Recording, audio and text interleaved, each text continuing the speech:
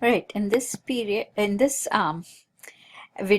we're dealing with the last section of chapter 4, trends in the periodic properties. And there are two trends that we'll be talking about.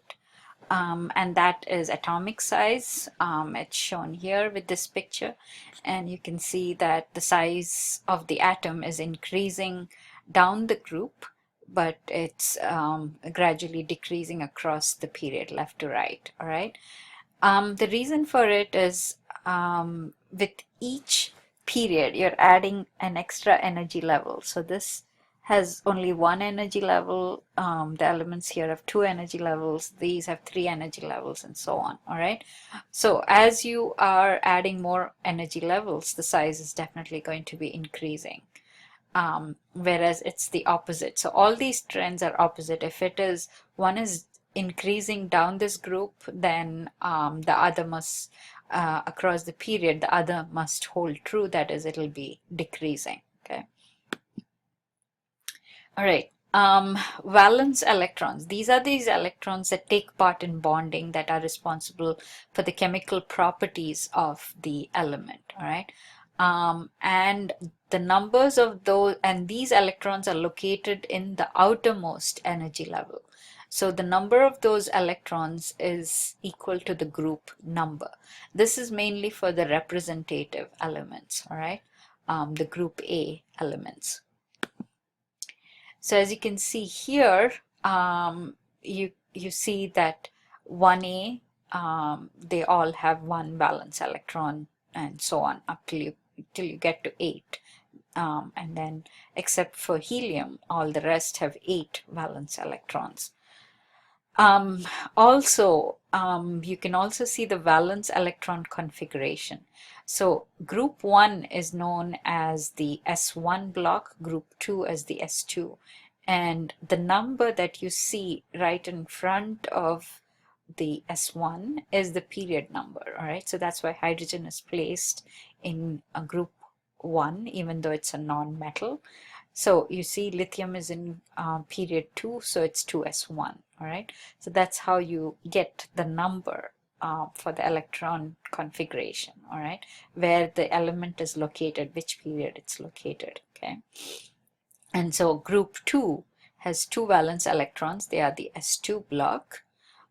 Group 3 is got 3 valence electrons.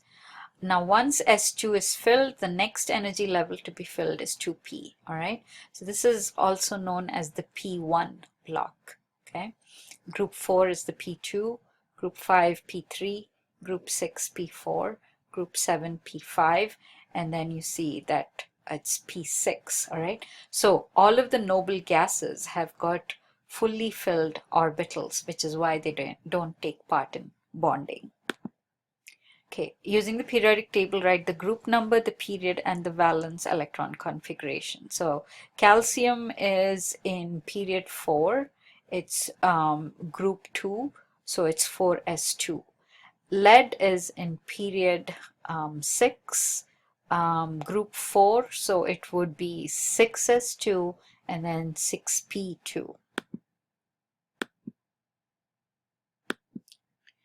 All right, another way to represent these valence electrons is using the Lewis symbols, or Lewis dot structures as they're called. And so you can place these dots anywhere around the symbol of the element. So the way to place those dots is, once you've reached 4 dots, then they start pairing up, all right? So they go, you kind of have them around single file around the symbol of the atom or the element, and then you pair them up once you go beyond 4, okay? And the way, the reason for that is then it's easy to see how many of those electrons are paired up and how many are remaining for bonding, all right? So for example, nitrogen has 3 electrons available for bonding because these two are paired up, all right? And all the halogens have 1 electron available for bonding, whereas the noble gases have no electrons available for bonding, which is why they don't take part in chemical reactions.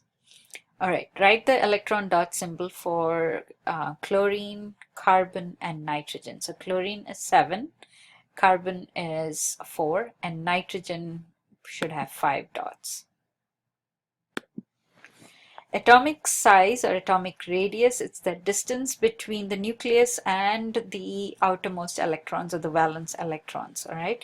So for the representative elements, the atomic size is increasing left to right across the period, and it's decreasing down the group, all right? And as I explained, it's because of the fact that you're keeping on adding energy levels as you go down the group. The other factor is in the period, if you look here at this period 2, all right, lithium has got 3 protons. By the time you get to neon, it has 10 protons, 10 positive charges. However, the electrons that are being added on are within the same energy level, all right? So the 2 positives have some influence on the outermost energy level. By the time you get to 10 positive charges, opposite charges attract, they have a lot of influence on the electrons, especially the outermost electrons, all right? So those are getting pulled in as you go across the period because of the influence of the nucleus, the positive nucleus.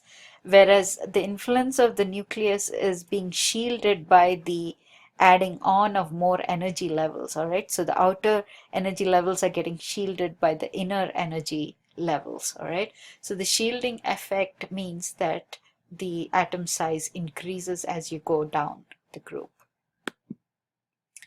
Ionization energy, that's the energy required to pull out an electron to create an ion, a charged particle, all right? And so why does this happen? Like for example, in sodium, all right? Sodium has 11 electrons.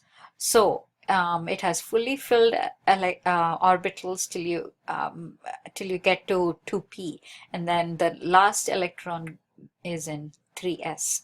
Now that's unpaired, and it's easy for sodium to give that up, so it's easy to get pulled out. It doesn't require a lot of energy expenditure, and so then it'll have fully filled orbitals once it gets rid of this electron, all right? But the protons are not affected because the protons are in the nucleus. So it'll still have 11 protons, but only 10 electrons. Therefore, it'll have a positive charge, all right? So metals have a tendency to give up their electrons. So therefore, they have very low ionization energy. It doesn't require too much energy to pull out electrons out of metals.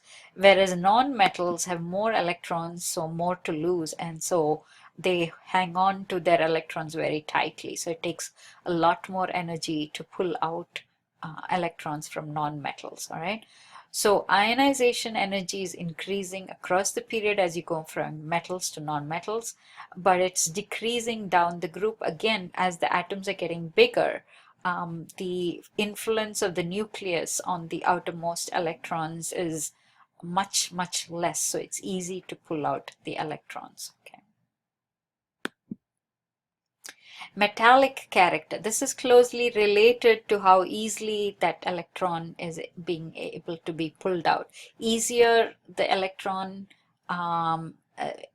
that less energy expenditure is needed to pull out an electron. That means it's more metallic in character, all right? So metallic character is increasing down the group because it's easier as the atom gets bigger to pull out the electron. And even among nonmetals, you see that down the group, at the bottom of their groups, those elements are more metallic than non-metallic in character. All right, so metallic character is decreasing, is increasing down the group. All right, and it's getting less for non-metals, all right? So it's decreasing across the period. Okay, so it's sorry, I correct myself, I apologize. It's increasing down the group because they're getting more metallic, but it's decreasing across the period because they're getting more non-metallic. So the easier it is to pull out an electron, the more metallic in character an element is.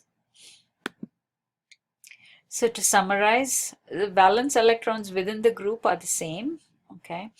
But left to right, the number of valence electrons is increasing. Atomic size is decreasing left to right, but increases down the group.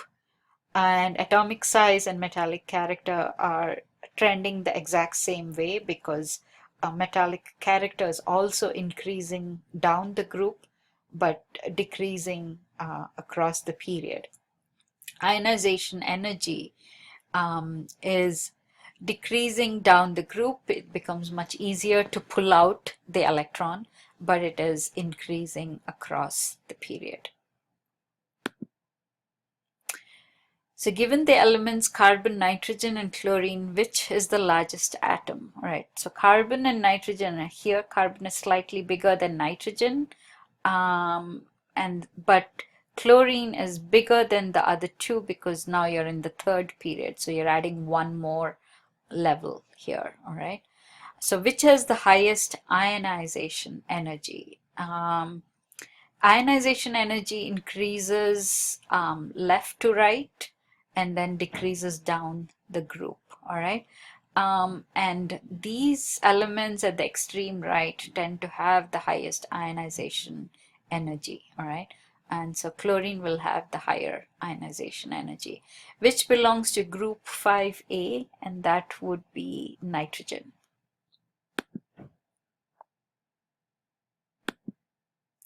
Complete the following statements with decreases or increases. Going down the group, the ionization energy will decrease. Going across the period, the atomic size will decrease. Going down the group, the metallic character will increase. All right, and that's the summary of this chapter. So we talked about elements, metals, metalloids, nonmetals, the periodic table, the subatomic particles, the energy levels, valence electrons, Lewis dot symbols, atomic size, ionization energy, and the metallic character, which are the trends. So homework for this section is 4.67 to 4.86 on pages 140 to 141, and then answer those questions on pages 11 and 12 of the homework supplement. All right, so that's the end of chapter 4.